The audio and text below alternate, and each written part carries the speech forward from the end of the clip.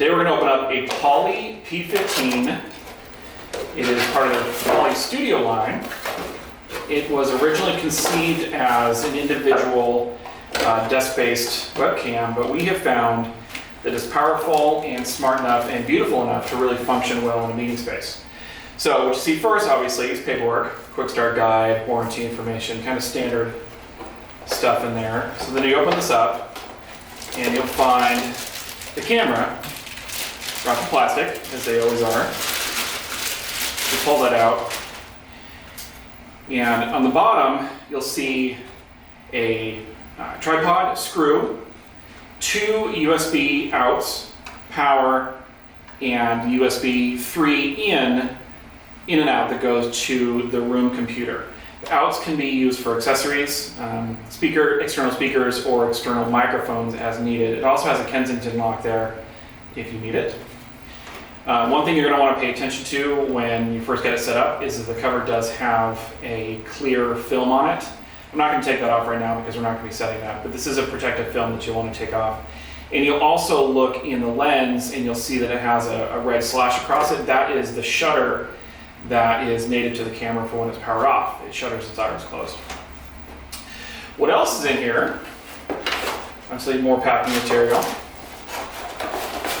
Pull this guy out and then you have all your cables. This is a really nice feature that you're going to find in most higher end room meeting cameras is they have the vast majority of their accessories.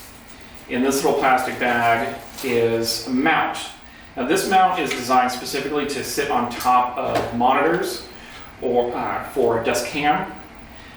It's great for desk situations, but it's not so great for meeting rooms, unless, that is, you're mounting the camera to the top of your TV. If you're mounting on the top of the TV, it works great, because then you just screw it on, and it sits up there just like a webcam, just like any other standard desk-based webcam. If you're mounting it below the camera, you're going to need a wall mount, which this does not function as. Also in here, power supply. Standard IEC connection, standard IEC cable. This guy is a little over long compared to a lot of IEC cables, and that is largely because they want to give you the flexibility where to mount it. If you're going to consolidate all your cables behind a monitor, you might want to look at getting a shorter one. But if you're just setting it up as an appliance or in a room by itself, the long cable is great. Also in here, you'll find your USB 3. Oops. USB 3. This is a USB-C 3 cable, 3 on either end.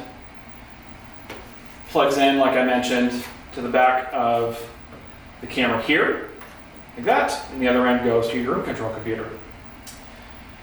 Again, if you're setting this up as an appliance, it's not necessary to have this because the device will function on its own. However, having said that, I've referenced appliance mode a couple times. The thing to note is that the Poly P15 specifically does not work well as a standalone appliance. However, its bigger brothers, the P30 and the P50, are great. They work as Zoom rooms, Teams rooms, and Google as well. And that is what comes in a Poly P15 box.